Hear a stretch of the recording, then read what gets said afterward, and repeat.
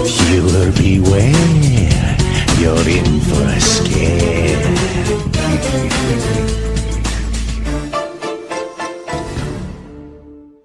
This podcast is not suitable for children or those who are easily disturbed. Spoiler warning for whatever is in the title of this episode. And now for the obligatory socials. Please like, share and subscribe. You can find the podcast on Twitter at HorrorPod69. You can also follow us on Facebook, Instagram, Slasher and Goodreads. Become part of the Disturbed community by asking for the Facebook group and Discord links. Send dick pics to the Horror of Babylon podcast at gmail.com. Support the show at patreon.com/the Horror of Babylon. In closing, you can let your friends know that The Horror of Babylon is available on YouTube, Apple Podcasts, Spotify, Audible and all other major podcast apps.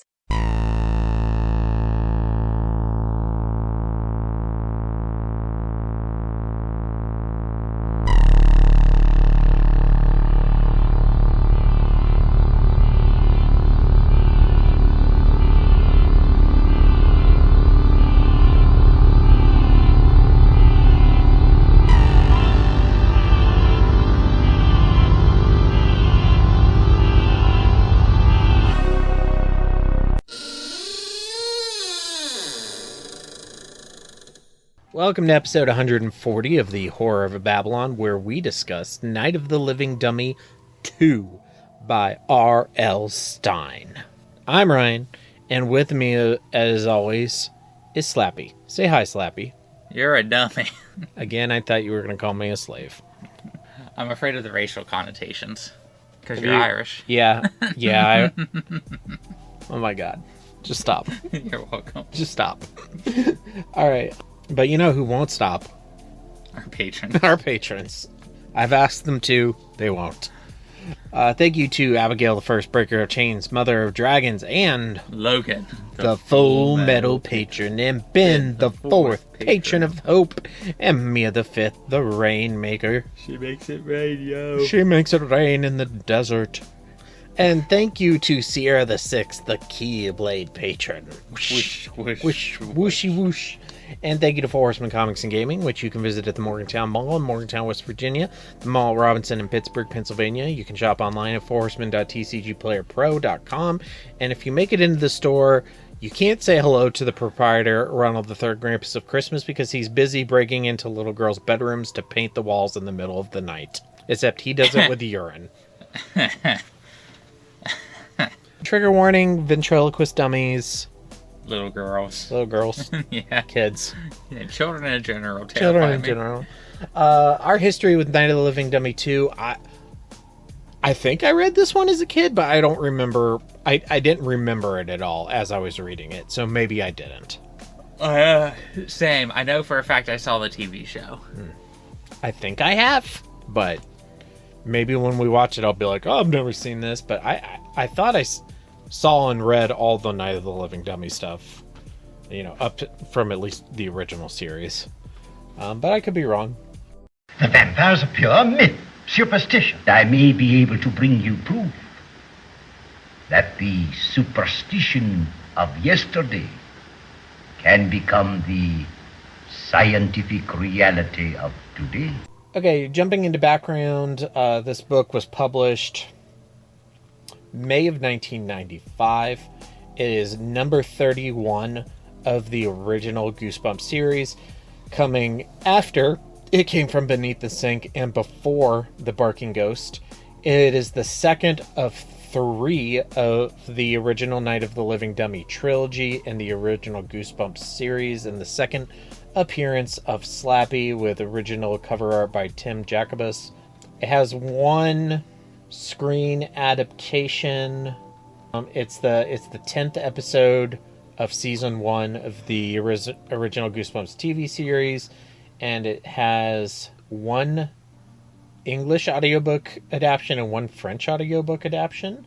Apparently it has a comic strip adaptation that was done in the 90s by the United Kingdom newspaper company Funday Times. Alright, now we're going to go to covers. So we're going to start with the original Tim Jacobus art. I love this one a lot. I don't think it's as creepy as the first Night of the Living Dummy cover, but I just love the color scheme on it. Yeah. It reminds me of the Attack of the Mutant headquarters building. Just like, let's just do it bright pink and green. At least this one doesn't look like a penis. It does not look like a penis. Okay, and then we'll move on to the American reprint cover. Not as good. No. I mean, at least it, like, hints about the painting of the walls, which is, like, a big thing that happens in the book. But other than that, it's pretty generic, just like the Night of the Living Dummy American reprint cover. And then here's the UK one. Okay, that's kind of terrifying.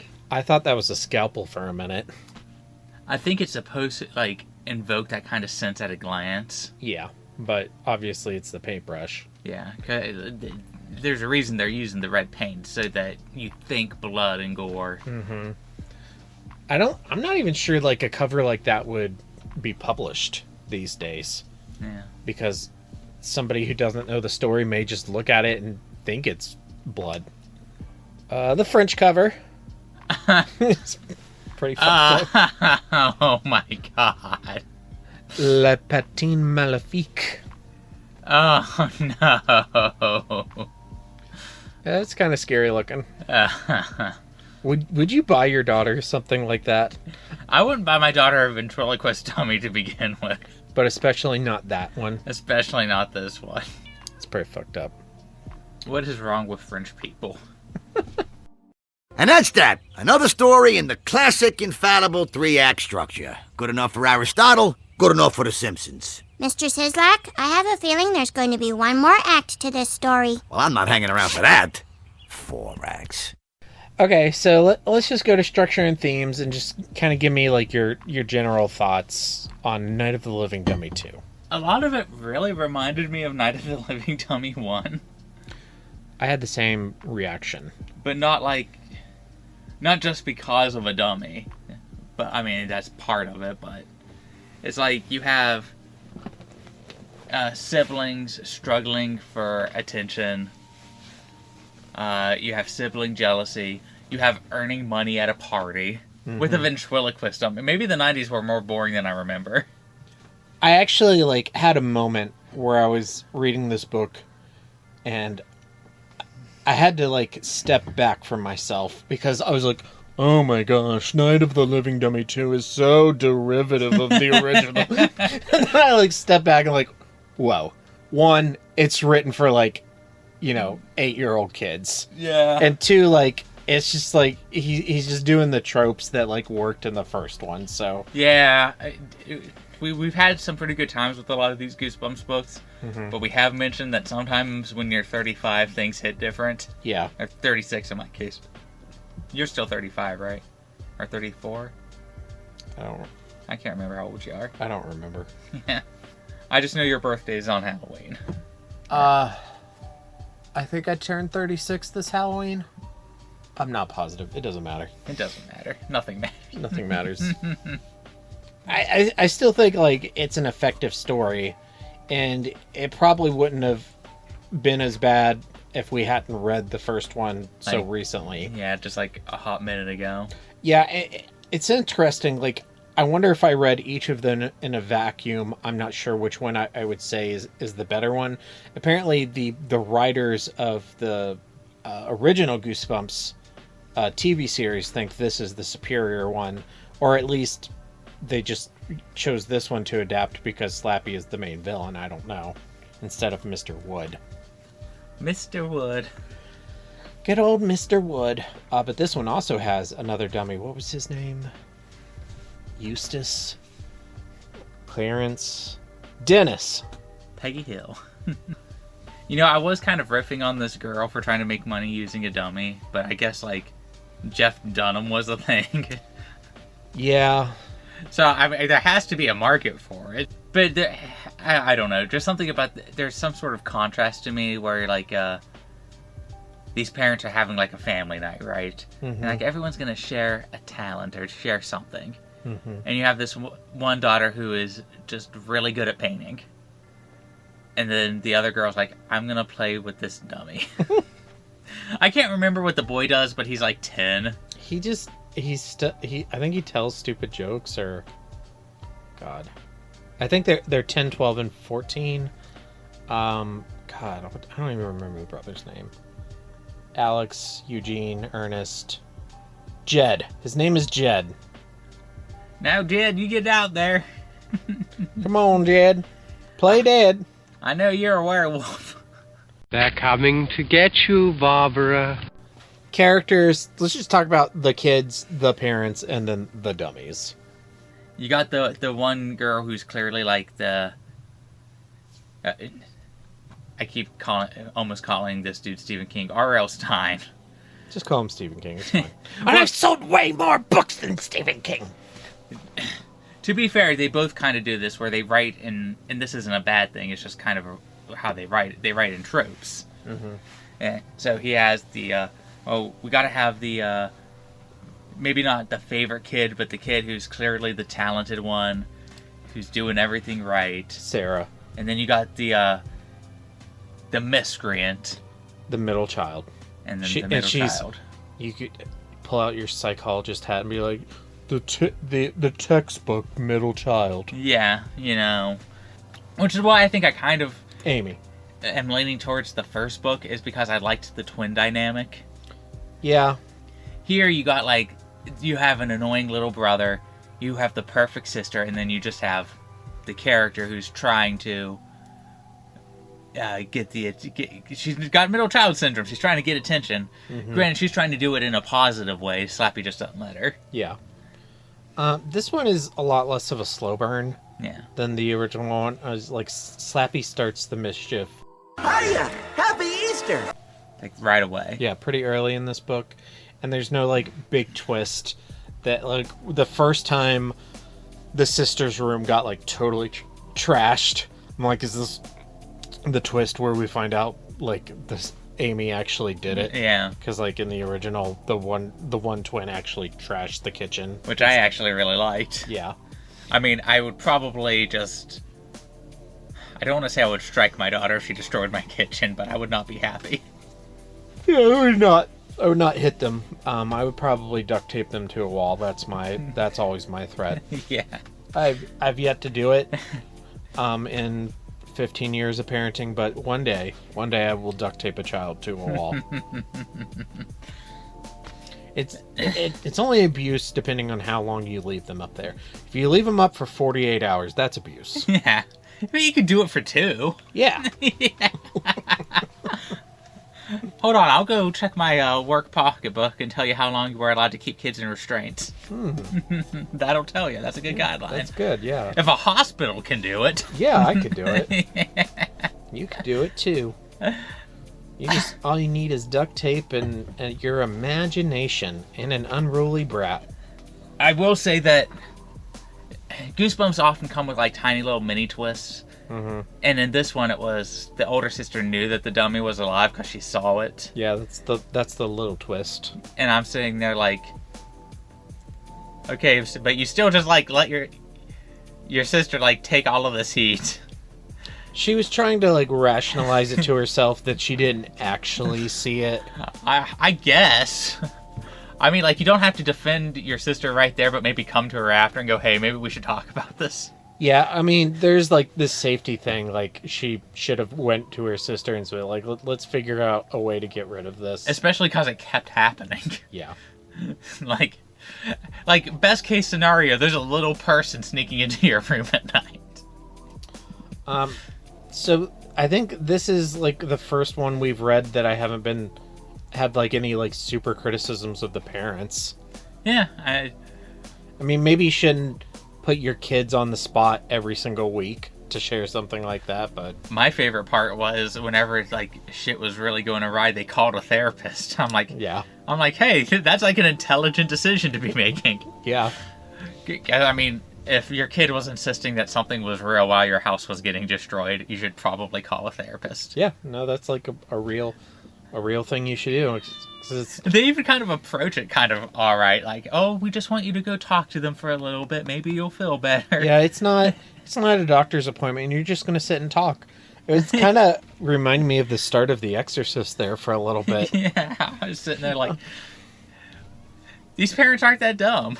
Our kid's acting out, destroying part of the house. We're gonna get them psychologically evaluated.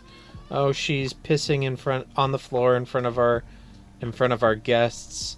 Oh, she's throwing poop. Her head spinning. She's walking down the stairs backwards on her spider legs. I love that shot. Slappy. Slaptimus Prime. He is also a fan of... Oh, what kind of humor is it where you tear people down?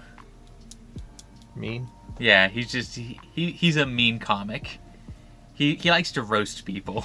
I did like the when Amy performed with Slappy. I mean, it was the same scene from the first one where one of the twin girls does it to the neighbors, and Mr. Wood makes fun of them. But this, like, Slappy called her mom fat. Yeah. And I forget what... She called her dad bald or something. We've had 3 kids. It takes its toll. Yeah. It does. It really does. But yeah, I genuinely thought that was funny. Yeah. I can't remember exactly. Like, you're so fucking fat, Mom. I want to see how fat. Yeah, I'm got tired mom eyes. Yeah. Where's my Tinder? Muffin top shake. And then you have Dennis. Who just kind of shows up. Yeah. So, if I was reading this in 1995 and I had read the first one, I'd probably be thinking, so is Dennis the villain of Night of the Living Dummy 3? You know what? That would make more sense. Mm-hmm. I like the twist. Like, I didn't see that coming, or... Well, I think, right as it was happening, I was like, oh, the little boy was asleep, and it was actually the dummy, but it's not something I saw coming from, like, a mile away. I saw it coming, but just because I remember the TV episode. Mm-hmm. I'll kill you all! I'll drive you crazy, and I'll kill you all! I'm every nightmare you ever had. I am your worst dream come true. I'm everything you ever were afraid of. Scary shit. This book, did it give you goosebumps? No. I thought the party was real cringy, where Slappy was like holding the little girl's hand and he wouldn't let go. It was just like, I would just, like, if I were in that situation, I would just walk away from it. Look, it's not me. Yeah, just pull your hand out. Yeah. In fact, a lot of this could be solved by just immediately pulling your hand out. Yeah. Or, you know what? Kick it in front of everybody. Mm-hmm. Yeah, that's true. Like, they always, like, try to think of ways to get rid of him, and he like, avoids them. But just be like, hey, Dad, come in this room so this dummy won't wake up. And now watch me cut it up with a chainsaw. This is kerosene. This is a match. This is a dummy made of wood. This is my brain on drugs, Dad. Oh, he had the sandwich in his head was kind of gross. That was gross. What was that about? I don't know. It was just kind of a gross out. Did one of the girls from the first book leave that there? Oh, gross.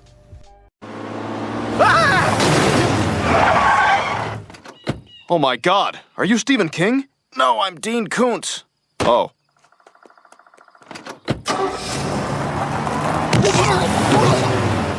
Okay, Kings and Koontz, what's your king for Night of the Living Dummy 2? Probably just Slappy. Yeah. He's very iconic. I know I haven't been like over the moon positive about this book right now, but I mean, there's a reason he's so iconic. I did like this book. I did enjoy it as I was reading it, but reflecting on it, it's very similar to the first one, and there's not as much to discuss. Yeah. And a lot of it is the same stuff we discussed in the first episode. Yeah. I think that's just part of the drawback here.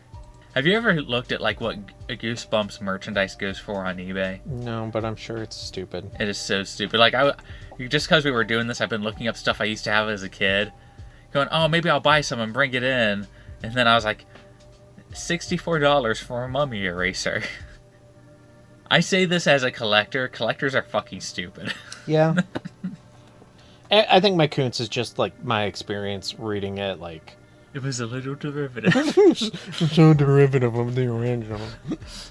Which I admit is a stupid thing to... It is stupid, but that's how I felt reading it. So. Yeah.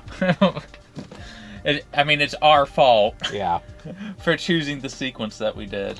Yep. Are we going to be saying that about the Haunted Mask 2 in a week, maybe? No, I like the Haunted Mask 2 a lot. Okay. It is not as good as the original, but I do like it. Yeah. To be fair, the Haunted Mask 1 is like a gold standard.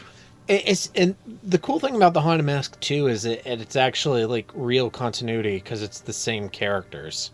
Yeah, I want to know what happened to the first family. Slappy, what did you do? Yeah, like because lots of Goosebumps books have sequels, but they like never involve the same group of characters. But the Haunted Mask 2 does. All right, rankings. I think I just want to put it like one slot below Night of the Living Dummy. That sounds about right. No, I don't want to put it above The Werewolf of Fever Swamp. Yeah. Yeah, I guess I'll put it over Little Sisters of Valeria. Sorry, Huff. Okay, so it's my new number 34, below The Werewolf of Fever Swamp and above the Little Sisters of Valoria. Put it right above the Little Sisters of Valoria. So it's your new number 36, below the Wastelands and above the Little Sisters of Valoria. Sorry, Huff. Is it wrong that we keep bullying him over this? No, because he didn't read he showed up to the recording and not having read the book. And it's not even the first time that's happened. I forgot what we were gonna do. I can't do a good half.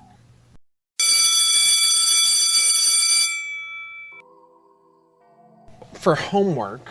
I like how most of this episode is us just making fun of our criticism. What would Bill's English professor say that Night of the Living Dummy 2 is really about? You see, Ryan, this is a satire on derivative sequel literature. He's using the same tropes to poke fun of how Hollywood is so unimaginative, it's so smart. Oh, yes. So this book is actually about female menstruation. You make coffee come out of my nose. You see, it's about a 12-year-old girl who gets an unwelcome visitor who causes her lots of trouble. And she eventually gets guidance from her older sister.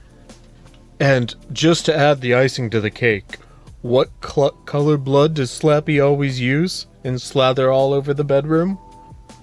Red, Daniel. It's red. Somebody will eventually clip this. Please include the sarcasm. Clip our takes and send them to R.L. Stine and Stephen King. Alright, for further reading and just, more Slappy shit. Alright, upcoming... Child's Play. Yeah. If you want, like, the slasher version of... Puppet Master. Yeah. Puppet Master's pretty good. I think Puppet Master's like a nice... Well, depending on which one you're watching, is like a nice happy medium between those two. Some of the Puppet Masters get really gory. Like, there's that one... I think, man, it might even be the first one. One of the puppet's powers is she spits leeches onto people. And, like, they actually have a leech, like, crawl up through the puppet's mouth onto people. It's great. That's cool. Maybe we should watch Puppet Master. I mean, you get to pick a movie. Upcoming on the Horror of Babylon next Sunday is our watch-along episode of Night of the Living Dummy 2.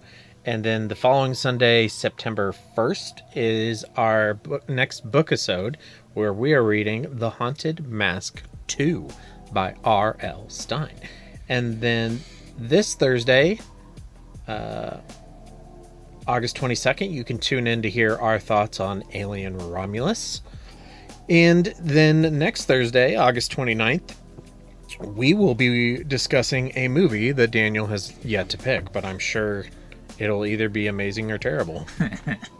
There's no in between. No in between. We're just going to watch Five Nights at Freddy's again. I mean, that probably get more clicks than 90% of everything else. All right, revisiting Five Nights at Freddy's almost a year later. Yeah. I'm probably going to save that for whenever they drop the teaser trailer for the sequel. Yeah. They just dropped like images of them building the new puppets, and because I'm a fucking spurg, I recognized instantly which ones they were. What is a spurg? Like someone with Asperger's. Oh. It's like a derogatory way to say. I never heard that one. To say that you call them you're spurging out right now. Mm. Yeah. Okay. I don't recommend using this language, but yeah. I also grew up in the 90s and it's hard to change. But people we don't want to change is our our patrons. Thank you to Abigail the First, Breaker of Change, Mother of Dragons, and Logan, the Full Metal Patron, and Ben, the Fourth Patron of Hope, and me, the full Logan, the Full Adamantium Patron. Sorry. And Mia the Fifth, the Rainmaker. She's just Storm now. She's Storm. Well, didn't we say that Abby was Kitty Pryde because she has a dragon? Yeah. Okay, so then... I was thinking of a Targaryen, but then we went X-Men, full X-Men. Yeah, okay, so Abby's Kitty Pryde. Logan is Logan, because Full Metal is Logan. Ben... I don't know Ben. He's like 6'6", I think. Colossus? Yeah, Colossus would be a fine one. Okay, and then Mia is Storm. And then Sierra... Who uses Keyblades? Who uses swords? Psylocke? Yeah, Psylocke does carry katana. That's... Alright, she's Psylocke. Sierra Locke. Yeah, there we go. Yeah. And then Ron is like... Professor X. I was gonna say he's like Toader. Yeah, I went for a ball joke. Don't dishonor my people. You dishonor my people. Prepare to die. Thank you to all those people and Four Horsemen Comics, which you can visit at the Morgantown Mall, Morgantown, West Virginia, the Mall at Robinson in Pittsburgh, Pennsylvania, and you can shop online at fourhorsemen.tcgplayerpro.com. All right, and after this episode drops, we have no more patrons. Yep. Then yeah. All right, and also just a shout out to the people who subscribe to our Patreon feed without who are free members who get the updates. There's like 4 or 5 of them. Shout out to those people. You can join our Patreon without actually paying a dime, and you can just get the updates whenever we post them. So that's an option. I am a free Patreon member. Oh, I should do that. Yeah, you should do that. All right. Thank you for reading Night of the Living Dummy 2 and recording tonight. It was a good time. And thank you to our patrons. Stay tuned for our socials and stay scary. And now for the obligatory socials. Please like, share, and subscribe. You can find the podcast on Twitter at HorrorPod69. You can also follow us on Facebook, Instagram, Slasher, and Goodreads. Become part of the Disturbed community by asking for the Facebook group and Discord links. Send dick pics to the Horror of Babylon podcast at gmail.com. Support the show at patreon.com/The Horror of Babylon. In closing, you can let your friends know that The Horror of Babylon is available on YouTube, Apple Podcasts, Spotify, Audible, and all other major podcast apps. Stay scary.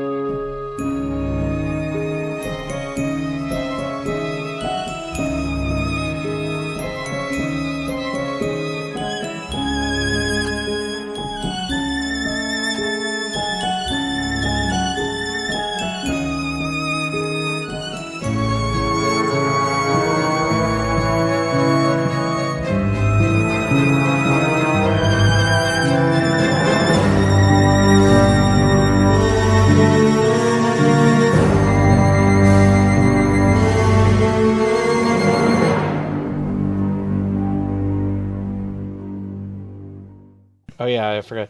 Amy's ventriloquist dummy, Dennis, keeps losing his head. For real. I'm going to cue in Bluey there. For real life? So Amy begs her family for a new dummy. That's when her dad finds Slappy in a local pawn shop. Slappy's kind of ugly, but Amy's having fun practicing her new routine.